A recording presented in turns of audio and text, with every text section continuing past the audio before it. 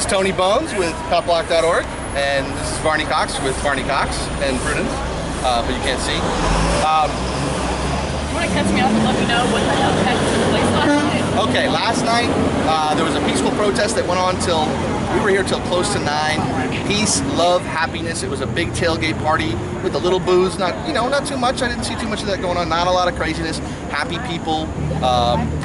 And then there was a little bit of a scuffle, looked like a personal thing between a couple of people who were here, a couple of the kids, and at that point there were still a lot of families here. There was, we were talking to several young families, kids running around.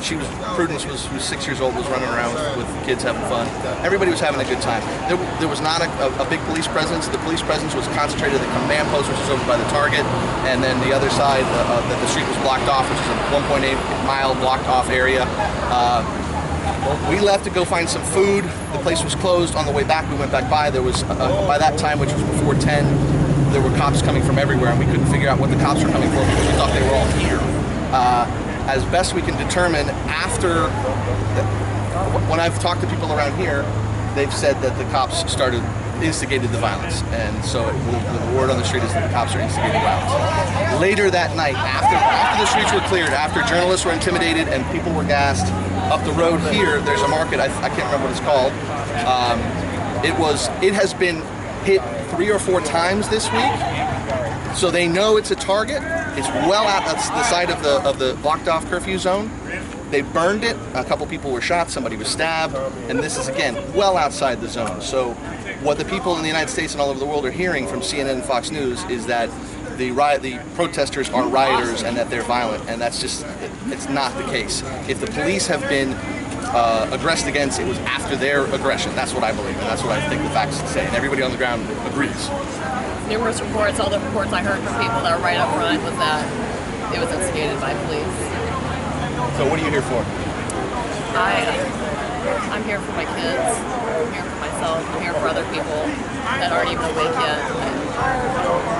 I don't even know what to say. It's a really sad situation. But it's not black and white versus white. It's us versus them. No, I've not encountered any racism whatsoever. I've encountered nothing but open arms. And thank you. Thank you for being here. We appreciate you. Please, we need help. They need water. They need help. They need people here. These guys over here. There's just off the screen. They're here for violence. Cops came with handcuffs in force for some unknown reason when Jesse Jackson was walking over. So hit that shot and then go back to Jesse Jackson. So there are the cops. There are the cops right there, and we're gonna pan back over to where Jesse Jackson is standing about. And no cop, I've asked away. probably close to 20 police officers for their badge numbers, and they have refused to identify themselves.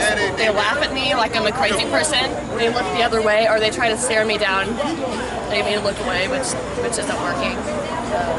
I think 2 of them are wearing name tags. Most of the officers, whatever you want to call them, terrorists. Most of the terrorists that I've met in costumes do not have name tags, refusing to identify themselves, which is pretty concerning considering we pay all their salary and we're paying for this behavior.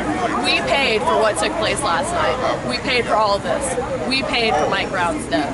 That's not okay. We're waking people up. This is not okay.